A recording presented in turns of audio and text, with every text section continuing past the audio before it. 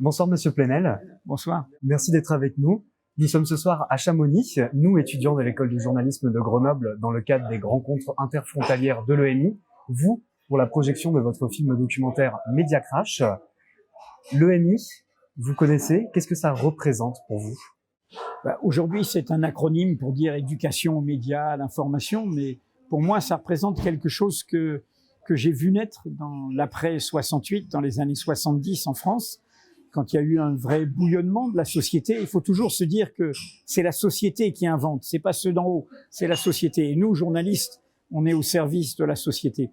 Et donc, il y avait les journaux lycéens. Faut pas oublier que les années 60, 70, c'est l'émergence des lycéens eux-mêmes qui se mettent à faire des médias indépendants dans leurs journaux, à demander des centres de documentation. Il n'y avait pas ça à l'époque. À demander à pouvoir faire vivre l'établissement scolaire, pas simplement comme un lieu de discipline. Dans ce contexte, nous, les journalistes spécialisés dans les questions d'éducation, j'ai commencé sur ce secteur-là. J'ai présidé même une association qui n'existe plus, qui rassemblait tous les journalistes spécialisés dans ce domaine, s'appelait l'APIGE, Association Presse, Information, Jeunesse, qui était au service de cette dynamique-là. Et donc, c'était avant que soit créé le CLEMI, la structure qui aujourd'hui, pour le ministère, accompagne tout ça. On a défendu ça, on a défendu l'idée que les établissements scolaires, c'est pas des prisons. Et même les prisons, on devrait les ouvrir un peu plus parce que, quelles que soient les peines des personnes, ce sont des citoyens. Et que les collégiens, les lycéens, ils vivent avec la société, ils vivent avec ça. Donc, vouloir fermer les yeux et ne pas discuter de qu'est-ce qu'il y a sur ces machines-là et de qu'est-ce que c'est l'information, ce serait une aberration. Alors, tout le problème, et vous êtes au cœur de ça, c'est que quand on dit éducation aux médias, bien sûr, il y a des questions sur le regard critique, sur les médias, connaître la fabrique de l'information. Mais pour moi, le fond de l'affaire, c'est d'apprendre à se méfier des médias de masse et à choisir des médias d'information. Les médias de masse, c'est un piège. Ce sont des médias d'opinion. Ce sont des médias de superficialité, de foule, de masse. Être éduqué aux médias, c'est choisir son média, choisir son journal, choisir là où on va apprendre des choses.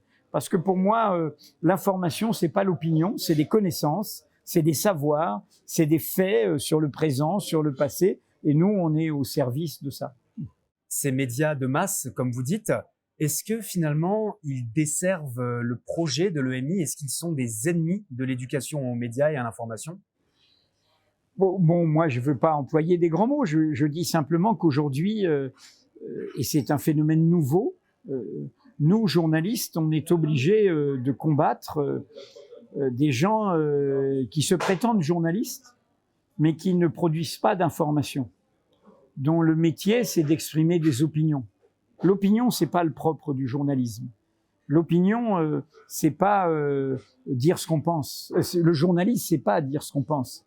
C'est d'abord travailler, recouper, sourcer, documenter. Votre profession, la vôtre, celle du futur, elle est confrontée à ça. Vous avez la tentation devant vous, un petit peu de bagou, un petit peu d'aisance, et vous allez faire de l'interview ou de l'éditorial, du commentaire, du talk show, du blablabla. Moi, notre métier, c'est pas ça. Et la fonction sociale du journalisme, ce n'est pas ça.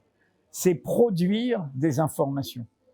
Et toutes ces personnes qui sont aujourd'hui un peu tête de gondole dans ces médias de talk-show, où ça coûte pas cher, où il y a beaucoup de précarité, etc., ce sont pour beaucoup des gens qui n'ont pas sorti une info de leur vie, qui n'ont pas enquêté, qui n'ont pas fait de reportage. Mais pire que ça, ce sont des gens qui se font les instruments de ce qui est une dérive pour la démocratie, qui est que la liberté de dire étouffe le droit de savoir. Bien sûr que je suis pour la liberté d'opinion, mais la liberté d'opinion n'a pas de sens si au cœur du débat d'opinion, il n'y a pas des vérités de fait, s'il n'y a pas un rapport au réel. Si c'est simplement mon opinion contre la vôtre, c'est très vite mon préjugé contre le vôtre, ma croyance, mon identité, ma communauté. C'est la guerre de tous contre tous. Et donc, aujourd'hui, nous avons un ennemi, et c'est pas tant les réseaux sociaux, ce sont ces médias de masse, ces chaînes dites d'infos en continu, qui sont pour beaucoup des chaînes d'opinion en continu, qui, au nom de la liberté de dire, pensent qu'on a le droit de dire, y compris le pire, y compris n'importe quoi, parce que ça fait du clash, parce que ça fait du buzz, et en fait parce que ça porte atteinte au monde commun de la démocratie. Et donc c'est une bagarre aujourd'hui. Comment faire en sorte que l'information ne soit pas étouffée par les opinions? Justement, votre média que vous avez participé à fonder, Mediapart, est-ce qu'il participe à l'éducation aux médias et à l'information? Non, Mediapart ne le fait pas en tant que tel. Simplement, Mediapart est un laboratoire qui est très utile pour tous ces enjeux, dans la mesure où on est le laboratoire de cette nouvelle presse numérique, qui est le lieu d'invention d'un nouveau modèle économique, d'invention de nouveaux formats journalistiques, d'invention de la défense de la tradition, du meilleur de la tradition professionnelle dans la révolution de la modernité digitale ou numérique. Et puis on est aussi un journal participatif avec le club de Mediapart. Et là, beaucoup d'acteurs de l'EMI sont présents. La Ligue de l'enseignement blogue sur Mediapart depuis le début. Des enseignants bloguent, des universitaires. C'est un lieu de partage des savoirs. Et c'est un lieu où parfois même des professeurs ont incité des élèves à tenir un blog, à utiliser Mediapart comme un support pour faire un journal numérique, pour faire des apprentissages. Vous parliez des jeunes, justement. Que pensez-vous de la relation actuelle entre les jeunes et le journalisme, cette défiance qu'on voit grandir depuis quelques années? Alors, moi, je suis pour qu'on distingue. C'est-à-dire les médias, moi, je suis pas marqué les médias. Hein. Donc, les médias, c'est un champ de bataille. Il y a de la mauvaise monnaie, il y a de la bonne monnaie. Et moi, je me bagarre aussi contre une partie des médias.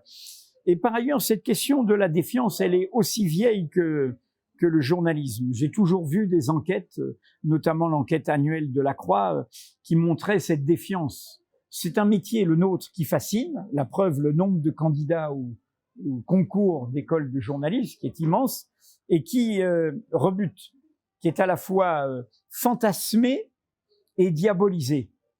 Derrière, il y a quoi? Il y a l'ambiguïté du mot représentation. Représentation a deux sens. Enfin, un troisième qui est la représentation théâtrale dans le spectacle vivant. Mais il y a deux autres sens qui est la représentation électorale, élire des représentants. Et puis, il y a la représentation médiatique. Comment les médias donnent à voir ce que je suis. La perte de confiance, la critique légitime du monde médiatique, elle est pour moi liée à la crise de notre démocratie. Nous sommes en France une démocratie de basse intensité.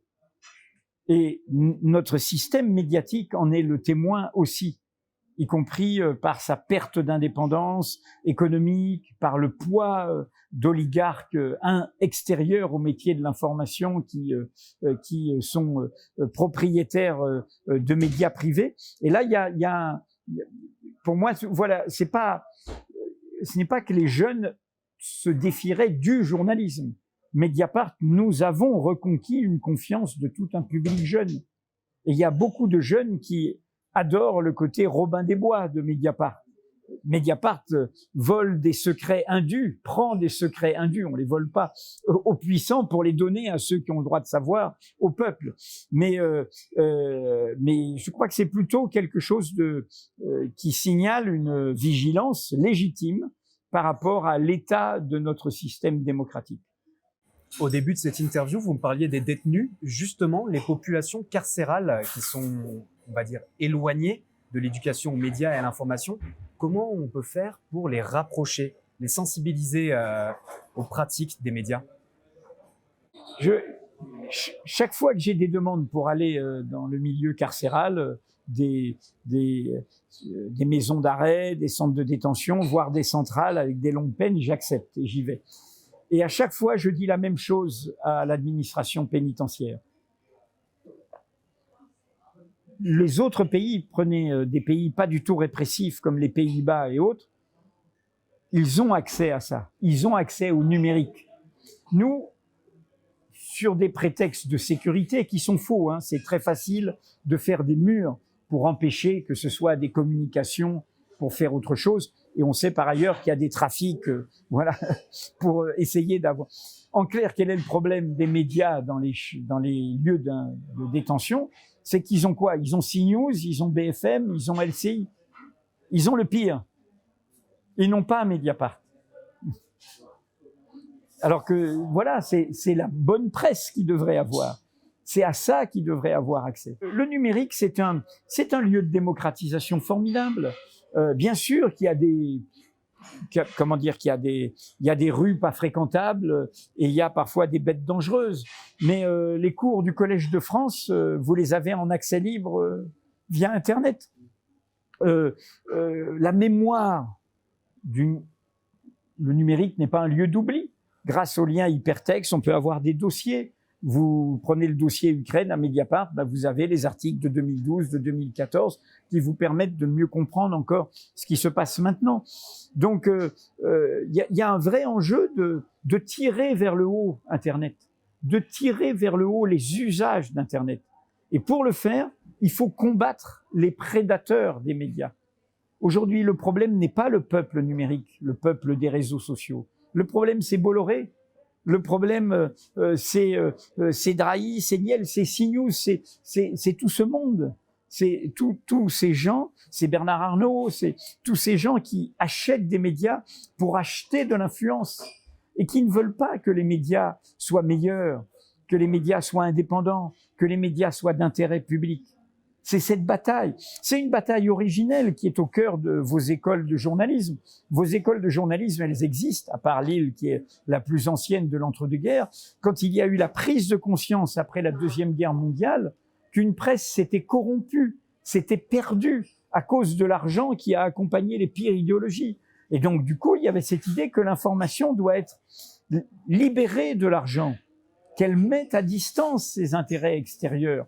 Et c'est ça qu'il faut retrouver et qu'il faut défendre. Votre documentaire Mediacrash, justement, est-ce qu'il est un outil de l'ENI? Bien sûr, il y a déjà eu beaucoup d'établissements scolaires qui s'en sont emparés pour des rencontres. Parfois, quand on va en région, on combine un débat avec des scolaires et une projection le soir. Et évidemment que c'est un instrument, que c'est un moyen d'avoir ce débat. C'est un moyen, d'ailleurs, c'est les rencontres qu'on fait, hein, de rencontrer beaucoup d'exploitants de salles nous remercient pour ces débats autour du film, parce que du coup, il y a des jeunes qui viennent. Et ils nous disent, vous faites revenir des jeunes dans les salles de cinéma, à l'époque des plateformes et tout ça, donc c'est très bien. Écoutez, Monsieur Plenel, nous arrivons au terme de cet échange. Merci encore de nous avoir accordé de votre temps. Merci à vous. Il ne me reste plus qu'à vous dire bonne soirée et à bientôt.